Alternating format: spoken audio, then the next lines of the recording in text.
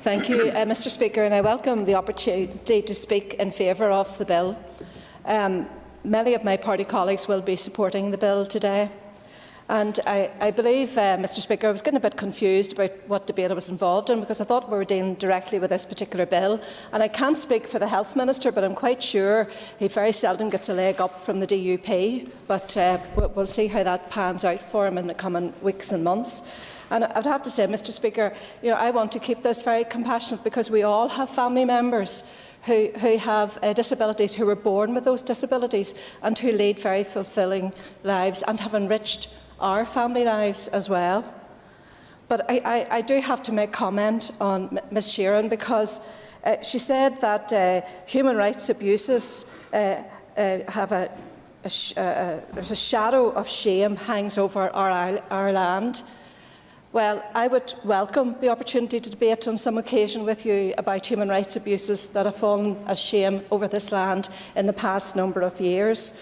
But in relation to this particular bill, many people have already referred to the excellent briefing document that we have been provided with by Don't Screen Us Out campaigners. And I think, given more recent comments, and it might be hopefully worth repeating, Mr Speaker, that the Supreme Court has given a non-binding judgment that there is no human right to have an abortion on the grounds of a non-fatal disability. Lord Mann said about children with non-fatal disabilities, and I quote, "But in principle, a disabled child should be treated as having exactly the same worth in human terms as a non-disabled child." This is also a consistent theme of the United Nations Charter on the Rights of People with Disabilities, expressing concerns about the stigmatising of persons with disabilities as living a life of less value than that of others. And Lord Kerr said that the Charter was based, and I quote, "on the premise that if abortion is permissible, there should be no discrimination on the basis that the fetus, because of a defect, will result in a child being born with a physical or mental disability." And many children born with disabilities, even grave disabilities, lead happy, fulfilled lives. In many instances, they enrich and bring joy to their families and those who come into contact with them. Finally, the difficulty in devising a confident and reliable definition of serious malformation is a potent factor against the finding of incompatibility. For these and the other reasons given by the judge, I would refuse to make a declaration of incompatibility in the case of serious malformation of the fetus.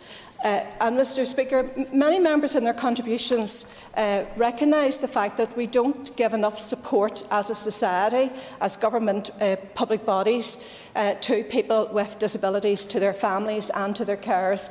And my goodness, during the last pandemic, we've seen the generosity of people, but we've also seen how difficult and how straining it has been on families to be able to be the sole carers. But that's no reason to abort a healthy child, otherwise healthy child. We don't abort people because they're going to grow up in poor families where there are disadvantages, so why would this apply? So I, Mr Speaker, come from the perspective that when we're dealing with such sensitive and compassionate matters, or in a compassionate way, that we're talking about two lives, not just the one life. And it is not just about women, it's about the whole family as well.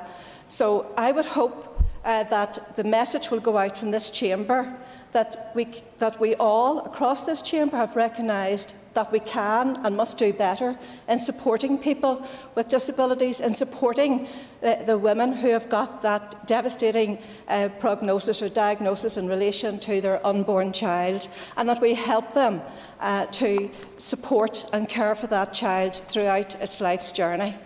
Some have also talked about the thin end of the wedge in terms of rollback. Well, others might see it as a thin end of the wedge in terms of who can and who cannot be aborted, and where that might start and finish, and what that then means later in life in terms of acquired illness and disability. So people are right to say these are big decisions, and history will reflect very much on what we have said. But in the debate today. But, Mr Speaker, I hope I've contributed in a sensitive way and in a compassionate way. but I will be supporting this bill and be very happy to do so.